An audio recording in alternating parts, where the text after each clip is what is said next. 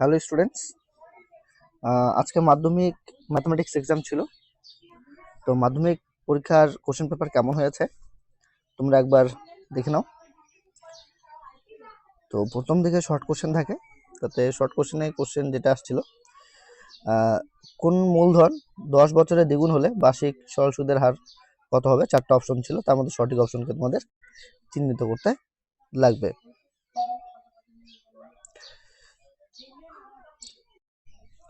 আমি just question পেপারটাকে দেখাচ্ছি, এটা সলিউশন কিন্তু দিচ্ছি না।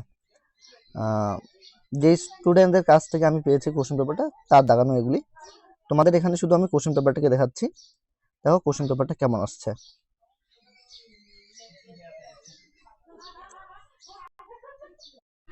তারপরে শূন্যস্থান পূরণ এসছে,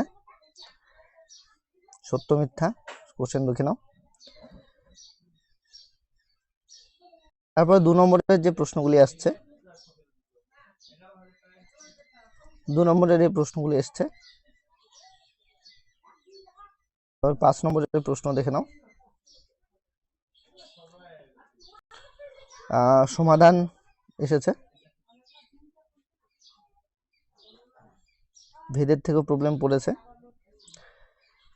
তারপর সমাধান ছিল কোশ্চেনে। তার উপপাদ্য যেটা আসছে, একটি বৃত্তচাপের দ্বারা গঠিত সম্মুখ কেন্দ্রস্থ কোণ ওই চাপের দ্বারা গঠিত বৃত্তস্থ কোণের দ্বিগুণ। ভালো কোশ্চেন করেছে। এক্সট্রা উপপাদ্য দেখে নাও কি আসছে।